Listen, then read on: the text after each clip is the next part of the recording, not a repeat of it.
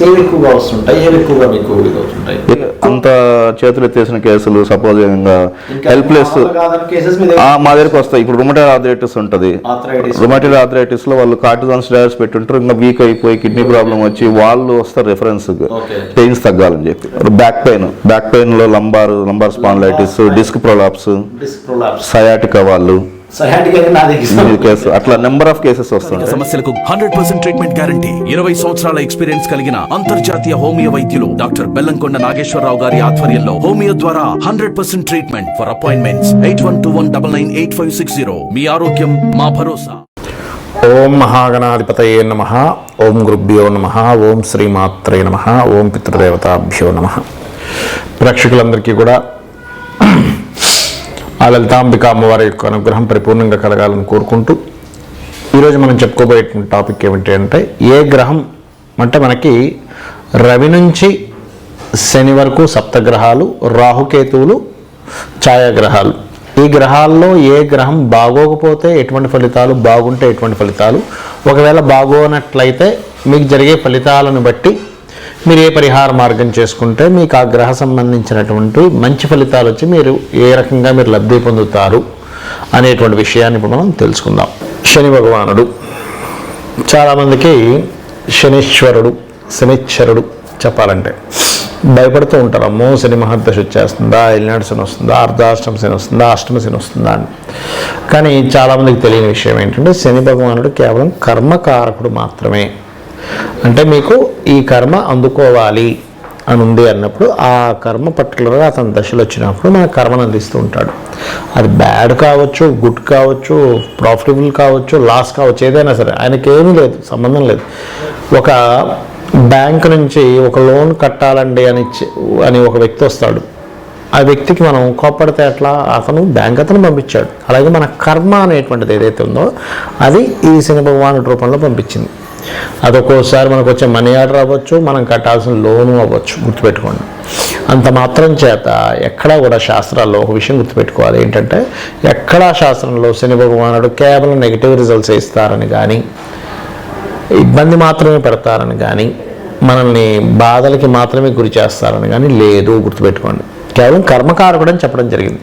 మీరు ఎటువంటి కర్మ పాస్ట్ లైఫ్లో చేసాడో ఆ కర్మను అందిస్తాడని మాత్రమే చెప్పబడింది. అంటే దీనివల్ల మనం అర్థం చేసుకోవాల్సింది ఏంటి, శనిని చూసి భయపడ్డమో, దూషించడమో, శనిలా పట్టుకున్నామని మాట్లాడడం ఇవి కాదు. మనం మంచి కర్మ చేయాలి అనే భావన మనం ముందుగా పెంచుకోవాలి. రైట్. మరి సరే, శని భగవానుడికి సంబంధించిన విషయంలో కొన్ని నెగిటివ్స్ మీకు కనబడుతున్నాయి. అంటే అలాంటి నెగిటివ్స్ కనబడతాయి. లేట్ అవ్వడం, ప్రతి అంశము లేట్ అవ్వడం, సరైన ఉద్యోగం రాకపోవడం. శని భగవద్గీత సరైన ఉద్యోగం రాదు, ఎప్పుడు ఏదో ఒక హెల్త్ ఇష్యూస్ వస్తూ ఉంటాయి. అదేవిధంగా ఎక్కువగా మీకు ఈ ఏజ్డ్ పర్సన్స్తో ఇబ్బందులు వస్తుంటాయి. అంటే ఇంట్లో నాన్నమ్మ, తాతయ్య వాళ్ళని చూసుకోవాల్సిన పరిస్థితి. అంటే వాళ్ళ రూపంలో కర్మ తొలగాలి కదా, వాళ్ళ అనారోగ్య పాలవడం వల్ల ఇంకోటో వాటి వల్ల మనం కొన్ని విషయాలు దూరం అయిపోతూ ఉంటాం.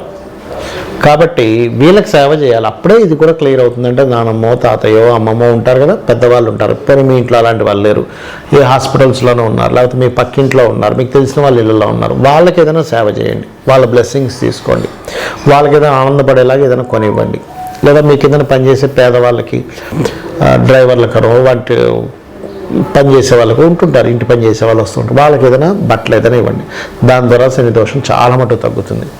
రెండవది ఏమిటంటే, ఇక్కడ నూనె లేదా నువ్వులు, తెల్ల నువ్వులు, నీలం రంగు వస్త్రము లేదా నూనెను దానంగా ఇవ్వండి. లేదా గొడుగు ఇవ్వచ్చు, చెప్పులు ఇవ్వచ్చు.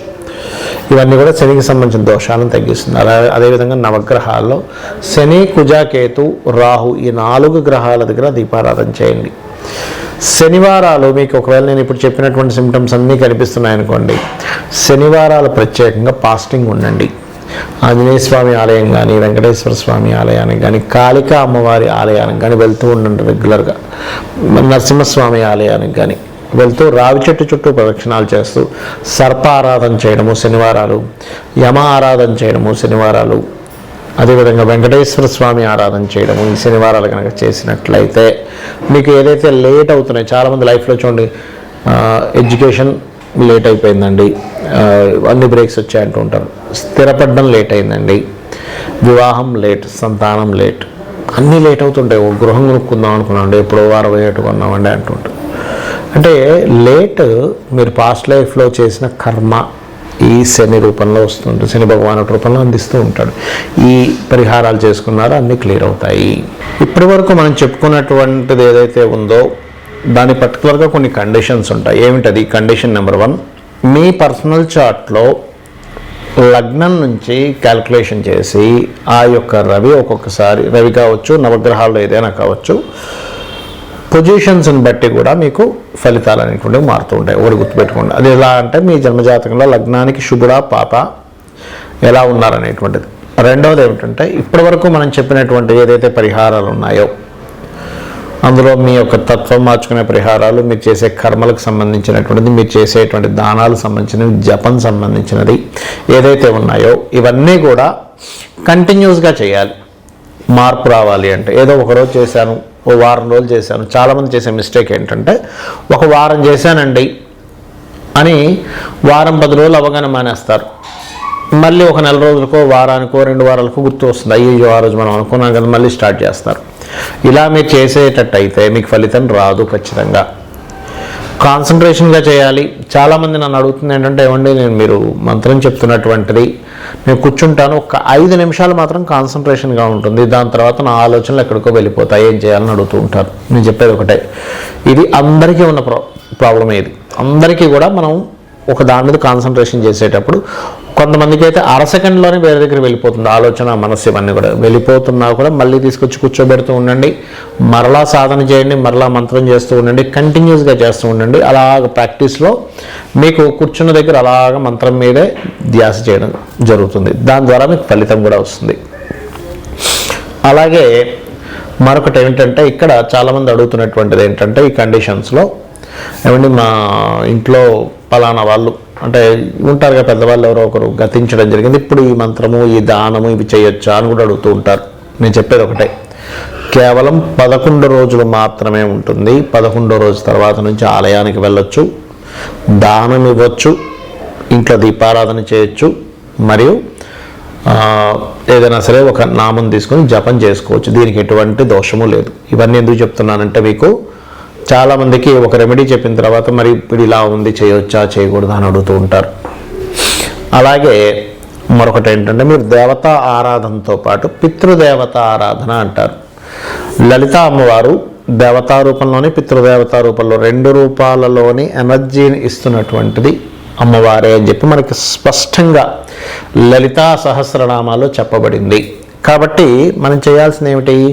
కేవలం ఇంట్లో దేవతా పూజ లేకపోతే నిత్య దేవతారాధన, ఆలయానికి వెళ్ళడంతో పాటు అమావాస్యలు వచ్చినప్పుడు ప్రత్యేకంగా పితృదేవతల కోసమని స్వయం పాకం ఇవ్వండి. స్వయం పాకం అంటే మీకు బియ్యము 1 కిలోనో 2 కిలోలు 5 కిలోలు మీ స్తోమతను బట్టి బియ్యము, 2 రకాల పప్పులు, ఏవైనా వండుకునేటువంటి పప్పులు 2 రకాలు, ఆకుకూర 2 రకాల కూరగాయలు, పప్పు మిరపకాయలు, ఉప్పు ఇటువంటివి ఇస్తారు.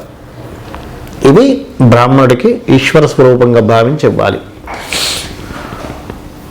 ఇవి ఎందుకు ఇవ్వాలి అంటే మనకి తెలియకుండానే మన గ్రహస్థితి ఒక్కోసారి దేవతా ఆరాధనతో పోదు, పితృదేవత ఆరాధన చేస్తేనే పోతుంది.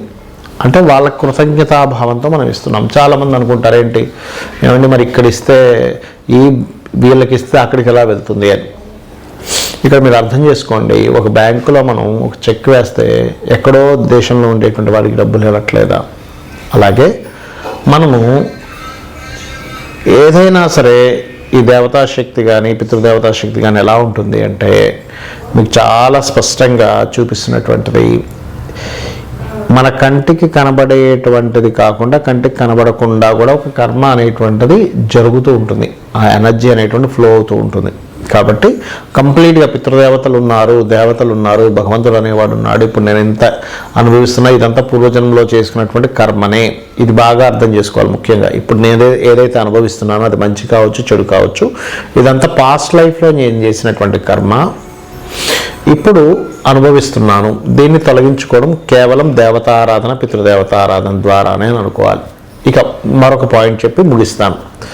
చాలామంది అంటుంటారు, ఏమండి ఈ దానము ఆలయంలో ఉన్న పురోహితుడికే ఇవ్వాలా, బయట బెగ్గర్స్ ఉంటారు లేకపోతే ఇంకెవరైనా ఉంటారు వారికి ఇవ్వచ్చా అని అడుగుతూ ఉంటారు.